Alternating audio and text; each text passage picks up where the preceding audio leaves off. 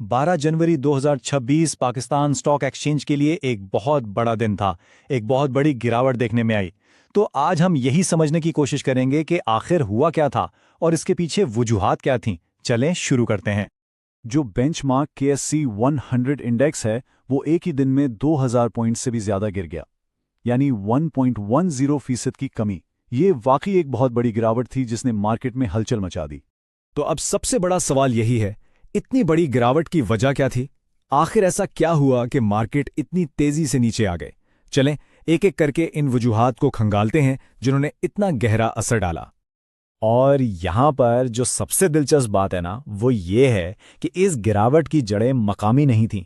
इसकी वजूहात असल में दुनिया भर में फैली हुई टेंशन्स में थीं, जिसका असर यहाँ पाकिस्तान की मार्केट पर भी पड़ा। मार्केट एक रिस्क ऑफ मोड में चली गई थी। अच्छा, इसका मतलब क्या है? देखिए, जब भी दुनिया में गैर यकीनी की सूरत हाल बढ़ती है ना, तो सरमायाकार डर जाते हैं।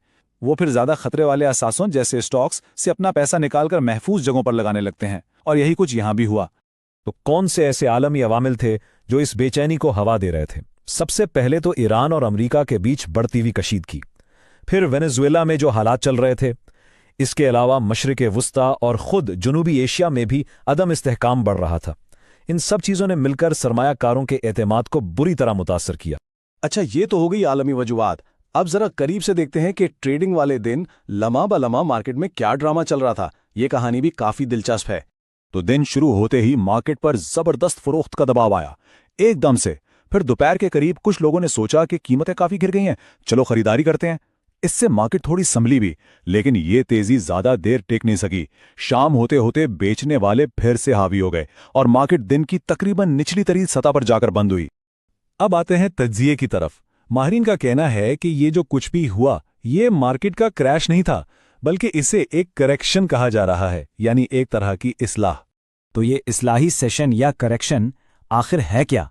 देखें, आसान लफ्जों में इसका मतलब ये है कि जब मार्केट कुछ अरसे से मुसलसल ऊपर जा रही हो, तो सरमायाकार अपना मुनाफा जेब में डालने के लिए कुछ शेयर्स बेच देते हैं। ये मार्केट के लिए एक सेहतमंद चीज समझी जाती है, और इसका ये मतलब हरगिज नहीं कि मार्केट का लंबा सफर अब नीचे की तरफ है। तो फिर ये घबराहट वाली फरोख्त क्यों नहीं थी? इसकी सबसे बड़ी वजह थी ट्रेडिंग का हुजुम, यानी कितने शेयर्स खरीदे और बेचे गए।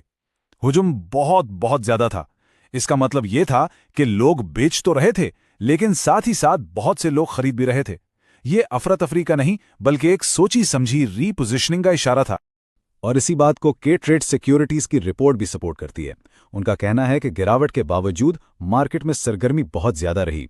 KSE 100 का हुजम 1.05 अरब शेयर्स तक पहुंच गया, जो घबराहट में फरोख्त के बजाय फाल रीपोजिशनिंग की निशानदेही करता है। तो ये एक बहुत अहम नुक्ता। आइए जरा इस दिन के कुछ आदादोशुमार पर नजर डालते हैं। इंडेक्स 1,82,384 पर बंद हुआ। तिजारती हजम, जैसा कि हमने बात की, 1 अरब 5 करोड़ शेयर्स का था, और उन शेयर्स की कुल मालियत 48.2 अरब रुपए बनती है। गिरने वाले स्टॉक्स 284 थे, जबकि सिर्फ 161 स्टॉक्स ऊपर गए। ये आदादोशुमार दिन की पूरी तस्वीर साफ दिखा देते हैं। तो ये तो हो गया जो हुआ था। अब सबसे अहम सवाल, आगे क्या होगा? माहिरीन का इस बारे में क्या ख्याल है?